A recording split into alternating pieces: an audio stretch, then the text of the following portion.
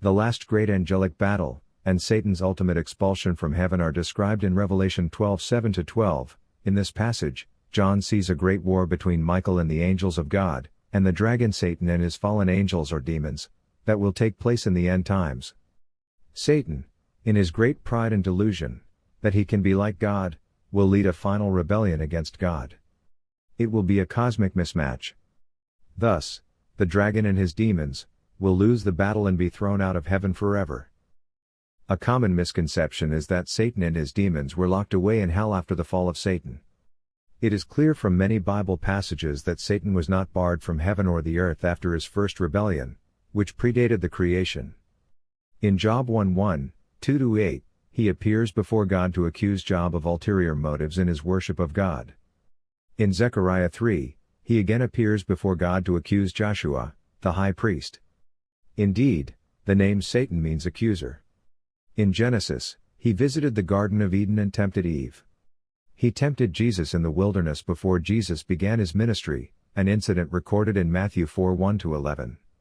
The question arises that, if Satan had already rebelled and been cast from heaven before the world was created, why is he free to be in heaven and on earth?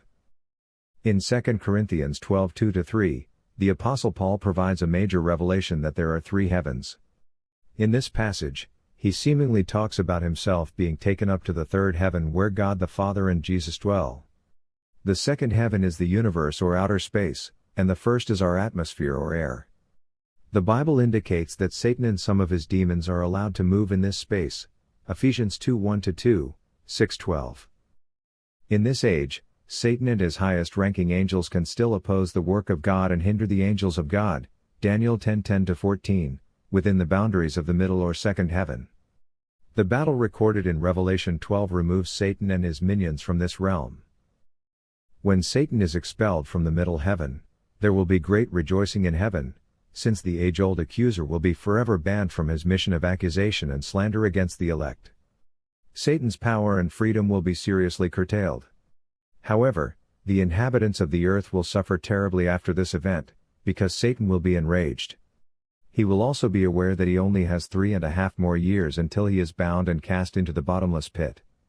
This will usher in a period of intensified suffering on earth, the Great Tribulation, during which the Antichrist violates his peace treaty with Israel, desecrates their temple, declares himself as God, and begins to systematically murder all those who refuse to worship him.